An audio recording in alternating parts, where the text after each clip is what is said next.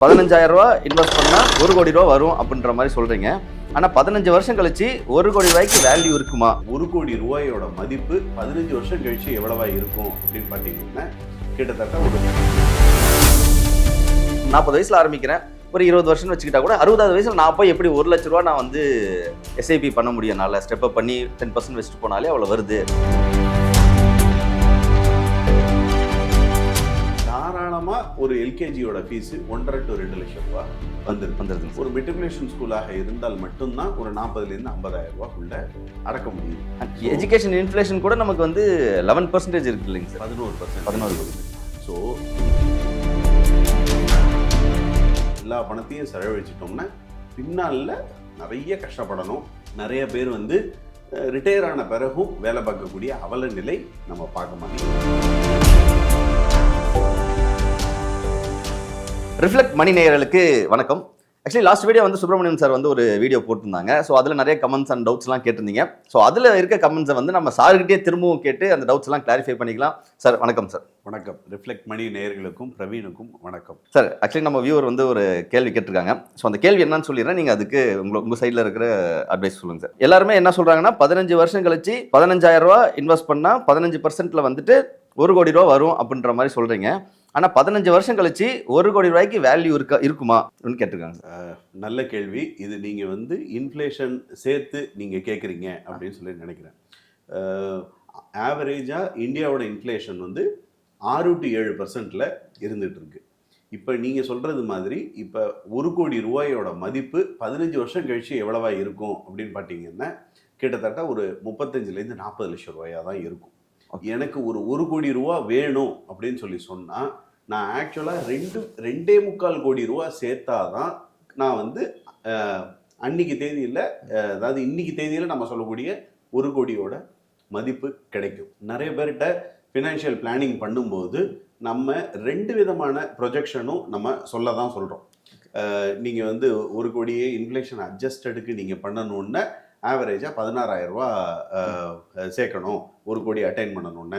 Inflation அட்ஜஸ்டடோட நீங்கள் சேர்க்கணும், அதாவது கிட்டத்தட்ட இந்த 2.25 கோடி ரூபா சேர்க்கணும் அப்படின்னு சொல்லி சொன்னால் நீங்கள் 28,000 ரூபா எஸ்ஐபி போடணுன்றது தான் சொல்கிறோம். ஸோ இந்த 15,000 ரூபாயவே பெரிய கனவு அப்படின்னு சொல்லி நினச்சிட்டு தான் நிறைய பேர் எஸ்ஐபியை ஆரம்பிக்கிறாங்க. ஓகே, அதனால அவங்களுக்கு 28,000 ரூபா அப்படிங்கிறது கிட்டத்தட்ட டபுள். 15,000 ரூபாய்க்கு டபுள், கிட்டத்தட்ட 30,000 ரூபா வரணும். ஒரு 28,600 ரூபா வருது. இது வந்து கிட்டத்தட்ட டபுள். அவங்களுக்கு வந்து ஒரு இயலாமைய மனசை உண்டு பண்ணிடும். அதனால பெரும்பாலும் அதை பண்றது கிடையாது. ஏன் இன்ஃப்ளேஷன் வச்சு கால்குலேட் பண்ணணும் சார்? அதில் இருக்க அட்வான்டேஜ் என்ன சார்? இன்ஃப்ளேஷனை வச்சு ஏன் கால்குலேட் பண்ணணும் அப்படின்னு, ஒரு வளர்கின்ற எக்கானமி இந்தியா வந்து ஒரு க்ரோயிங் எக்கானமி, ஜப்பான் வந்து ஒரு க்ரோன் எக்கானமி. ஓகே, ஜப்பான்ல இன்ஃப்ளேஷன் ரேட்டு 0ன்னு என்ன அர்த்தம்? அவங்கள்ட்ட விலைவாசி ஏற்றம் இறக்கம் இருக்கவே இருக்காது. ஒரு பொருளோட விலை 15 வருஷத்துக்கு முன்னாடி 10 வருஷத்துக்கு முன்னாடி ஜப்பானில் என்ன ரேட் இருந்ததோ இன்றைக்கும் அதே ரேட்டில் தான் இருக்குன்னு அர்த்தம். ஆனால் இன்றைக்கி இந்தியாவில் நிலைமை அப்படி இல்லை. நம்ம சாதாரணமாக யூஸ் பண்ணக்கூடிய, வீட்டில் யூஸ் பண்ணக்கூடிய கோல்டு வின்னர் ஆகட்டும், நம்ம சோப் ஆகட்டும், நம்ம பைக்கோட விலையாகட்டும், இந்த மாதிரி எல்லா விலைகளுமே ஏறுமுகமாக தான் இருக்குது. அப்ராக்சிமேட்டாக ஒரு 7 to 8 வருஷத்தில் எல்லா எக்ஸ்பென்சஸுமே டபுள் ஆகுது. இப்போ எனக்கு கல்யாணம் ஆகும் பொழுது என்னுடைய டோட்டல் ஃபேமிலி எக்ஸ்பென்சஸே ஒரு 2,500 3,000 ரூபாயில் போதுமானதாக இருந்தது. உங்கள் மேரேஜ் அப்போ? ஆமாம், 20 வருஷத்துக்கு முன்னாடி பார்த்தீங்க அப்படின்னா நம்மளுக்கு வந்து ஒரு 2,000 3,000 ரூபாய்க்குள்ள தான் மளிகை ஜாமானே அடக்கமாக இருந்தது. ஒரு 2 பேர் அம்மா அப்பா கொண்ட ஃபேமிலிக்கு. இன்னைக்கு அதே எக்ஸ்பென்சஸ் 20 வருஷத்தில் பார்த்தீங்கன்னா கிட்டத்தட்ட 10,000 12,000 ரூபா ஆயிடுது. நான் இது சொல்கிறது வந்து மிச்ச எக்ஸ்பென்சஸ், அதாவது ஹோட்டலோ தேட்டரோ இதெல்லாம் இல்லாமல் நான் வெறும் மளிகை ஜாமான் காய்கறியை மட்டும் வச்சு நான் சொல்கிறேன். வீட்டு செலவு மட்டுமே. இதே மாதிரி நீங்கள் ஒவ்வொரு விஷயமும் பாருங்கள். நான் ஸ்கூல் காலேஜ் படிக்கும்போது எனக்கு 3 வருஷத்துக்கு காலேஜ் ஃபீஸ் என்ன ஆச்சோ இன்னைக்கு நீங்கள் படிக்கும்போது அது வந்து பார்த்தீங்க அப்படின்னா அதை விட டபுளாக இருந்திருக்கும். ஆமாங்க சார். சார் டபுள் ட்ரிபிள் மடங்குலாம் ஆயிடுச்சு. நீங்கள் இந்த ரீசெண்டாக வந்து பெங்களூர் இன்னைக்கு பேசிட்டு இருந்தோம் இல்லைங்க சார், கிட்டத்தட்ட எல்கேஜிக்கு 3.5 லட்ச ரூபா ஃபீஸ். எல்கேஜியோட ஃபீஸு 3.5 லட்சம் ரூபா வந்துருச்சு. அது வந்து ஒரு ப்ரீமியர் இன்ஸ்டியூட்டு 3.5 லட்சம் ரூபான்னு வச்சுக்கோங்க.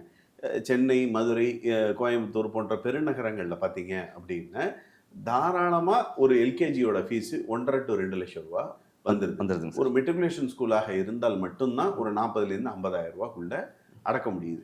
எஜுகேஷன் இன்ஃப்ளேஷன் கூட நமக்கு வந்து 11% இருக்கு இல்லைங்க சார்? 11%. ஸோ இது ஒரு பக்கம் இருக்கு. அடுத்தது பார்த்தீங்கன்னா கல்யாண செலவுகளுக்கான மேரேஜ் இன்ஃப்ளேஷன், அது கிட்டத்தட்ட 15%, 18% கிட்ட இருக்கு. மெடிக்கல் எக்ஸ்பென்சஸ் 14%ல இருக்கு. இது எல்லாமே மெடிக்கல் எக்ஸ்பென்சஸ்ல சிம்பிளா சொல்லணும்னா 20 வருஷத்துக்கு முன்னாடி ஒரு டெலிவரிக்கு ஆகக்கூடிய செலவு 15,000 ரூபா தான். இன்னைக்கு வந்து ஒரு நார்மல் டெலிவரி அப்படின்னு சொன்னாலே 50,000 to 60,000 ரூபாய் ஆயிடும். அந்த சிசேரியன் எக்ஸ்பென்சஸ் வந்து ஓகே 1.5 லட்ச ரூபா பரவாயில்லப்பா அப்படின்னு சொல்ற லெவலுக்கு மக்கள் வந்து பழகிட்டாங்க. இந்த இன்ஃப்ளேஷனை கணக்கு பண்ணி தான் நம்ம ஃபியூச்சர் எக்ஸ்பென்சஸை நம்ம வந்து சேமிக்கவே ஆரம்பிக்கணும். சார் இப்போ 15 தான் ஃபார்முலா. ஆக்சுவலி 15,000 15% ரிட்டர்னில் 15 வருஷம் போட்டால் 1 கோடி. ஸோ அப்போ இன்ஃப்ளேஷன் கால்குலேட் பண்ணும்போது நீங்கள் வந்துட்டு ஒரு 28,000 அப்படின்னு நீங்கள் சொல்லும்போது அது வந்து பெரிய பணமாக இருக்கும். அது பார்த்துல 15,000னா ஓகே, அதுனா 28,000 நான் எப்படி பண்ணுறது அப்படிங்கிறவங்களுக்கு எந்த மாதிரி அட்வைஸுங்க சார் சொல்லுவீங்க? உங்களுக்கு வேணும்னாலும் வேண்டாம்னாலும் இந்த செலவுகள் வாணி முட்டி தான் போய் நிற்கும். அதாவது அன்டில் இந்தியா வந்து டெவலப்பிங் எக்கானமிலேருந்து ஒரு டெவலப்டு எக்கானமியாக மாறுற வரைக்கும். இன்னைக்கு அமெரிக்காவோட இன்ஃப்ளேஷன் 2% to 3% இருக்கு. இந்தியாவோட இன்ஃப்ளேஷன் 6% to 7% இருக்கு. ஸோ இந்த விலைவாசிக்கு ஏற்ற மாதிரி தான் எல்லா செலவுகளும் ஏறும். ஏன் உங்களோட சம்பளம் முதற்கொண்டு. ஆமாங்க சார். இது முதற்கொண்டு ஏறுறதுனால தான் சம்பளத்தையே நம்மளுக்கு கூட்டியே தராங்க. ஓகே. பேங்க்ல இருக்கிற savings bank account, fixed deposit இருக்கு இல்லையா, ஃபிக்ஸட் டெபாசிட்டும் பார்த்தீங்கன்னா இன்ஃப்ளேஷன் அட்ஜஸ்டட் ரேட்டாக தான் இருக்கும். இன்னைக்கு 7% to 8% தந்துட்டு இருக்காங்க. அதுதான் இன்ஃப்ளேஷனோட ரேட்டுமே. ஸ்டாக் மார்க்கெட்டை பொறுத்தளவு பார்த்தீங்க அப்படின்னு இந்த இன்ஃப்ளேஷன் அட்ஜஸ்டட் பேங்க் கொடுக்குற ரிட்டர்னை விட ஒரு 5% to 7% கூட தான் கொடுத்துட்டு இருக்கு. ஈக்விட்டியோட ரிட்டர்ன் காலங்காலமாக அப்படி தான் இருந்துட்டு இருக்கு. இப்போ 7% அப்படின்னா 7%ல ஒரு 5% கூட்டணுன்னா 12% to 13% கன்சிஸ்டண்ட்டாக 1975லேருந்து ஸ்டாக் மார்க்கெட்டு பார்த்ததுலேருந்து இன்னைக்கு வரைக்கும் பார்த்தோன்னா 14.75% கிட்டத்தட்ட 14% to 15% ரிட்டர்ன் கொடுத்துருக்கு. இந்த 14% to 15% ரிட்டர்ன் எவ்வளவுன்னு கேட்டிங்கன்னா இன்ஃப்ளேஷனோட ஒரு 5-6% கூடுதலாக தான் மார்க்கெட் கொடுத்துட்டு இருக்கு. அதனால தான் மியூச்சுவல் ஃபண்டுக்கோ ஸ்டாக் மார்க்கெட்டுக்கோ வாங்கன்னு சொல்லிட்டு நம்ம எல்லாரையும் கூப்பிடுறோம். இப்போ 28,000 அப்படிங்கிறது வந்து கொஞ்சம் பெரிய பணமாக இருக்குது. என்னோட கை மீறி அது வந்து நான் இன்வெஸ்ட் பண்ணுற மாதிரி ஆயிரும். என்னோட எக்ஸ்பென்ஸ் பார்க்க முடியாது. அப்போ 15,000 நான் ஸ்டிக் பண்ணிக்கிறேன். 15,000 நான் இன்வெஸ்ட் பண்ணுறேன். ஆனால் அந்த ஸ்டெப் அப் ஆப்ஷன்ஸ் பண்ணால் எவ்வளோ பண்ணால் என்னால் 1 crore பண்ண முடியுன்ற மாதிரி சொல்லுங்கள் சார். நீங்கள் 16,000 ரூபா ஆக்சுவலாக ஆரம்பிக்கணும். 16,000 ரூபா எஸ்ஐபியில் 10%னா 1,600 ரூபா. ரெண்டாவது வருஷம் 17,200 கிட்ட நீங்கள் பண்ணுவீங்க. அப்புறமா 18,400 இந்த மாதிரி 10% கூட்டிட்டு போகலாம். ஓகே. உங்களுக்கு இப்படி தான் போகணும் அப்படிங்கிறது வழி கிடையாது. நீங்கள் கூடுதலாக கூட என்ன பண்ணலாம், இதே 15,000 ரூபாயை வச்சுட்டு பாக்கி உள்ள அந்த 1,000 ரூபான்னு நம்ம சொல்கிற ஸ்டெப் அப் வந்து 12,000 ரூபா வருது. உங்களுக்கு ஒரு போனஸ் ஒன்று வருது. அந்த போனஸை என்ன பண்ணலாம், டக்குன்னு ஒரு 10,000 ரூபாயை தூக்கி இதில் போட்டிங்கன்னா அதுவே ஒரு ஸ்டெப் அப் தான். உங்களுக்கு ஒரு இன்க்ரிமெண்ட் ஒன்று கிடைக்குது, அது ஒரு 10,000 ரூபாயை தூக்கி போட்டிங்கன்னா அதுவே ஸ்டெப் அப் தான். இலக்கு என்ன, நம்மளுக்கு அந்த 1 கோடி இன்ஃப்ளேஷன் அட்ஜஸ்டட் வேணும்னா 280 இல்லை 1 கோடி இருந்தால் போதும் அப்படின்னு சொல்லி நினைச்சோன்னா இந்த 16,000 ரூபாய் எஸ்ஐபி போதுமானது. சார், இந்த ஸ்டெப் அப் அப்படின்னு சொல்லும்போது ஒரு கொஸ்டின்ஸ் இருக்குது. என்னன்னா, இப்போ நம்ம ஒரு 10% ஆனுவல் ஸ்டெப் அப் அப்படின்னு போகும்போது நான் ஒரு 15 இயர்ஸ்க்கு நான் ஸ்டெப் அப் எஸ்ஐபி பண்ணுறேன் அப்படிங்கும்போது இன்னைக்கு 15,000 ஓகே. ஆனால் 15 வருஷம் இல்லை 20 வருஷத்தில் பார்த்தீங்கன்னா இன்னைக்கு வந்து 1 லட்ச ரூபா நான் மாதம் எஸ்ஐபி பண்ணுற மாதிரி வரும். 40 வயசில் ஆரம்பிக்கிறேன், ஒரு 20 வருஷம் வச்சுக்கிட்டா கூட 60வது வயசில் நான் போய் எப்படி 1 லட்ச ரூபா நான் வந்து எஸ்ஐபி பண்ண முடியும்? என்னால் ஸ்டெப் அப் பண்ணி 10% வச்சுட்டு போனாலே அவ்வளோ வருது. ஸோ அது கஷ்டம் தானே. அப்போது என்னால் அது ப்ராக்டிக்கலாக பாசிபிள். 60 வயசில் எனக்கு எப்படி 1 லட்ச ரூபா நான் வந்து இன்வெஸ்ட் பண்ண முடியும் அப்படின்ற ஒரு கொஸ்டின் இருக்குங்க சார். கரெக்டு. இந்த பயம் நியாயமானது தான். நீங்கள் மலை ஏறுறதுக்கு முன்னாடி கீழே இருந்து பார்த்தீங்கன்னா அந்த மலை ரொம்ப பெருசாக தெரியும், சரிங்களா? பாதி மலை போனதுக்கு அப்புறமா பார்த்தீங்க அப்படின்னா கீழே இவ்வளோ தூரம் நம்ம கடந்து வந்துட்டோம், இன்னும் கொஞ்சம் தூரம் தான் இருக்குன்னு சொல்லி தெரியும். உங்களோட சேமிப்பும் இதே மாதிரி தான். 10% எஸ்ஐபி ஸ்டெப் அப் அப்படிங்கிறது 15,000 ரூபாய்க்கு 10% நம்ம ஏற்றிட்டு வந்தோடனே இந்த 10%ங்கிறது ஒரு ஸ்ட்ரைட் லைன் ரூல் வந்து எதுவும் கிடையாது. உங்களோட ஆனுவல் இன்க்ரிமெண்ட் உங்கள் சேலரியில் பார்த்தீங்க அப்படின்னா ஒரு 30,000 சேலரி ஒருத்தர் வாங்குறாரு அப்படின்னா அவரோட ஆனுவல் இன்க்ரிமெண்ட் 7% இருக்கும். மூவேல 21 எவ்வளவு ஏறுது? 2,100 ரூபாய் ஏறுது. இந்த 2,100ல ஒரு 1,500 ரூபா நம்ம கேட்கும். ஓகே ஓகே சரிங்களா? இதே இது ஒரு 8%ல ஏறுதுன்னு வச்சுக்கோங்க அவருக்கு சம்பளம். 30,000 ரூபாய்க்கு 8ன்னா 2,400 வந்தது. ஸோ 1,500 ரூபா போட்டாருன்னா 900 ரூபா அவர் வீட்டுக்கு எடுத்துட்டு போறாரு. சேமிப்பை பொறுத்தளவு கம்பல்ஷன் அப்படின்னு சொல்லி நீங்க ஒன்று வச்சால்தான் உங்களால சேமிக்கவே முடியும். அது வரைக்கும் நம்ம பென்ஷனை நம்ம தான் பார்த்துக்கணும்.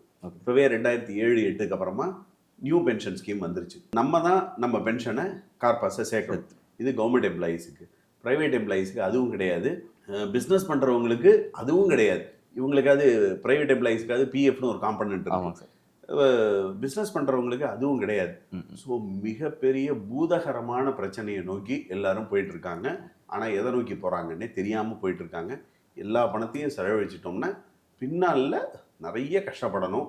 நிறைய பேர் வந்து ரிட்டையர் ஆன பிறகும் வேலை பார்க்கக்கூடிய அவல நிலை நம்ம பார்க்க மாட்டி இருக்கும். Sir thank you so much. ஏன்னா நம்ம லாஸ்ட் வீடியோவில் சொன்ன மாதிரி கமெண்ட்ஸ் சொல்லுங்கள், அந்த கமெண்ட்ஸ்லேருந்து எடுத்து நம்ம ரிப்ளை பண்ணுறேன்னு சொல்லியிருந்தீங்க. அதே மாதிரி வீடியோ பண்ணி கொடுத்துருக்கீங்க சார். ரொம்ப நன்றி. ரிஃப்ளெக்ட் பண்ணி நேயர்களுக்கு முக்கியமான ஒரு விஷயம் என்னன்னா, சார் வந்து 25 இயர்ஸ் எக்ஸ்பீரியன்ஸ்னா அவர் சொல்கிற விஷயம், நீங்கள் ஃபினான்ஸ் பிளான், நீங்கள் ஃபியூச்சர் கோல்ஸை நீங்கள் செட் பண்ணும்போது இன்ஃப்ளேஷனோட நீங்கள் இன்ஃப்ளேஷன் அட்ஜஸ்ட் பண்ணி நீங்கள் கால்குலேட் பண்ணிக்கோங்க. கூகுளில் போனீங்கன்னா கூட எஸ்ஐபி கால்குலேட்டர் வித் இன்ஃப்ளேஷன் வரும், இல்லை step up SIP calculator with inflation வரும். ஸோ அதை வச்சு கால்குலேட் பண்ணிங்கன்னா உங்களுக்கு ஆக்சுவலாக ப்ராக்டிக்கலாக என்ன எவ்வளோ இன்வெஸ்ட் பண்ணணும் உங்களுடைய கோல்ஸுக்கு அப்படின்றது தெரிய வரும். அண்ட் உங்களுக்கு இன்னும் இதை பற்றி சந்தேகம் இருக்குன்னா மறக்காம வீடியோவில் கமெண்ட் சொல்லுங்கள். சுப்பிரமணியம் சார் வந்து திரும்பவும் நெக்ஸ்ட் வீடியோவில் பண்ணணும் அப்படின்றத கேட்டுக்கிறோம். Thank you so much sir. நன்றி, வணக்கம், வாழ்க பணமுடன்.